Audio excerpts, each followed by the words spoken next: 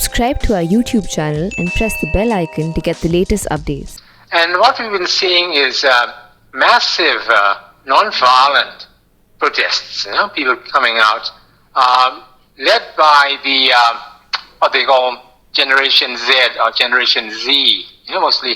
But government employees have joined in, people from all walks of life, all ethnicities, all religions, all backgrounds, and they are going out every day and calling for the end of the junta. That was the voice of Khin Zaw Win, director of a think tank in Yangon, Myanmar, the largest city in the country which has witnessed countless protests to the ongoing military coup. Myanmar has been embroiled in anti-coup protests in major cities like Yangon, Mandalay and the capital, Naypyidaw, ever since the military seized power from the elected government 5 weeks ago. At least 38 people are believed to have died so far.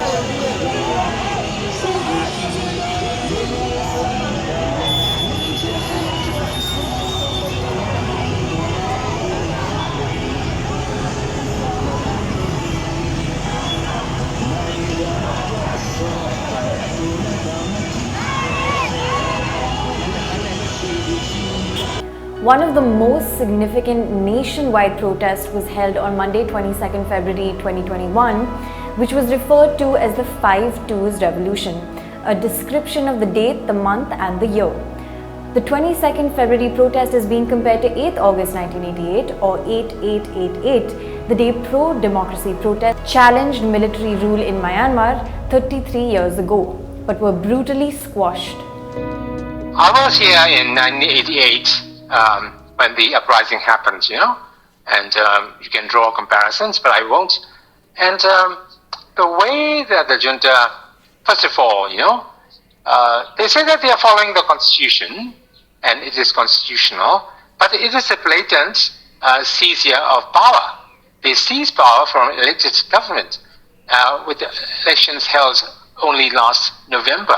I think a lot of the people's anger sprang from that, and we had 5 million first-time voters in the November election, so they are part of it too. They feel cheated on their votes.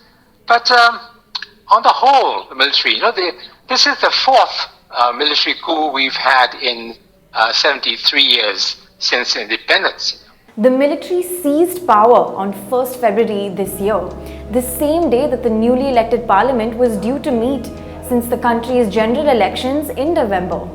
Do note that the November elections were the second democratic poll since military rule last ended in the country in 2011. Civilian leader Aung San Suu Kyi's party won a landslide victory in the elections, but the military challenged the poll results, alleging election fraud. Aung San Suu Kyi and other members of her party, the National League for Democracy, were detained, after which power was transferred to the army chief and a 1-year state of emergency was declared. The military crackdown in Myanmar has only intensified in recent weeks.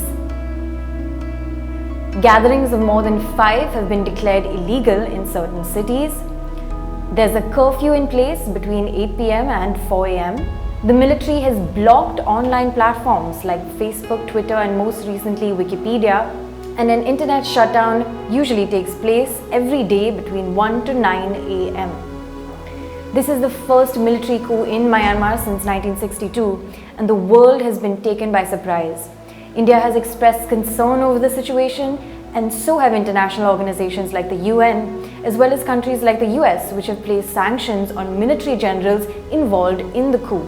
Last Sunday, a candidate from her party died in police custody.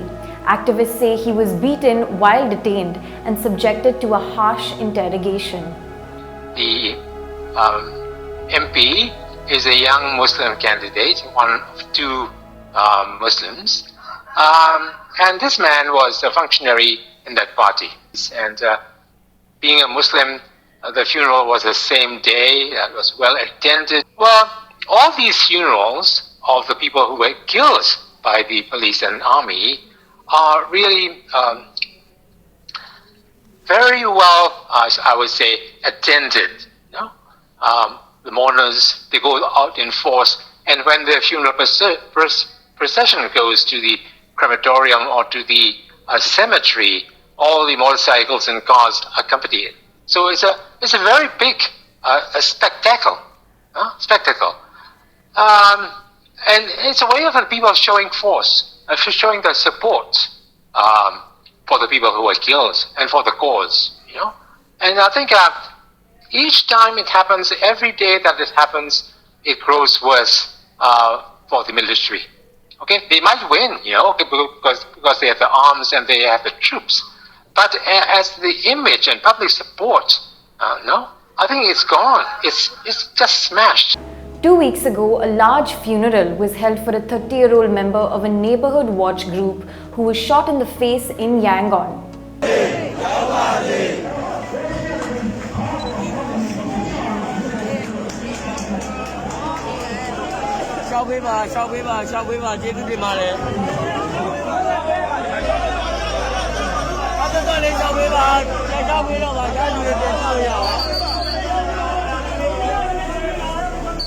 Residents had blamed the police for the fatal shootings, say local reports. When the protests first began, a ceremony was also held for a 19-year-old woman who died after she was shot in the head by police during a protest in Naypyidaw. A spokesman for the ruling military did not deny that the woman was shot by security forces, but said she was part of a crowd that had thrown rocks at the police and the case was under investigation. The Myanmar military plans to conduct fresh elections after the period of emergency is over. However, protesters are demanding the immediate release of elected leaders and for the results of the November election to be upheld. For ThePrint, this is Krishnankutty. For more, visit ThePrint.in and do follow us on social media.